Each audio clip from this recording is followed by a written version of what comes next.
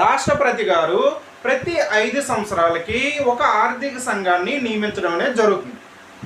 అదేవిధంగా ఈ ఆర్థిక సంఘంలో మనకి ఒక చైర్మన్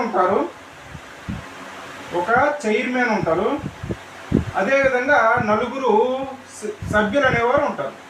4 మెంబర్స్ ఉండడం అనేది జరుగుతుంది ఆర్థిక సంఘంలో. ఈ ఆర్థిక సంఘం అనేది ఏం చేస్తుందంటే కేంద్ర రాష్ట్రాల మధ్య పన్నుల వాటాలను సూచిస్తుంది. అదేవిధంగా గ్రాంట్స్కి సంబంధించిన అంశాలు కూడా సూచించడం అనేది జరుగుతుంది.